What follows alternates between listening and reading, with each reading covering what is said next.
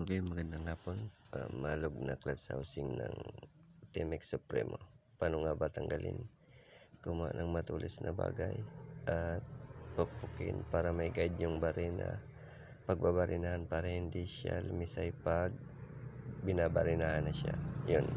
Tuloy-tuloy lang hanggang sa makumpleto yung apat. Yan. Siyempre, dahan-dahanin lang at dapat may kahoy yung sa ilalim para hindi bungi yung clutch basket. Yan. At barinahin mga lods. Yan.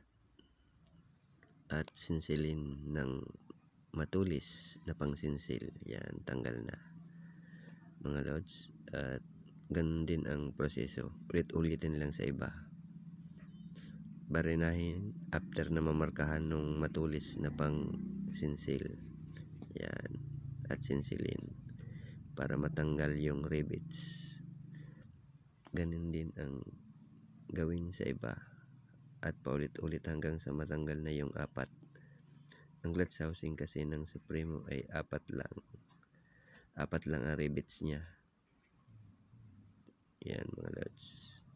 Yan. Punsulin ng yung tama-tama lang na pang punson para matanggal. Yan. Tanggalin na yung clutch housing gear. At hanapan natin yan ng clutch damper ng pang Supremo at ipapalit natin. Yan, natanggal na. At tanggalin yung rivets sa loob ng clutch basket mga lods.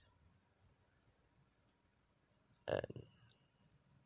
Okay, tanggal na mga lods. Ganun lang ang pagtanggal. At hahanap na lang tayo ng clutch damper para maikabit natin mga lods. Okay, salamat at palaging tumutok sa aking mga videos at huwag kalimutan mag-subscribe. Salamat sa inyo.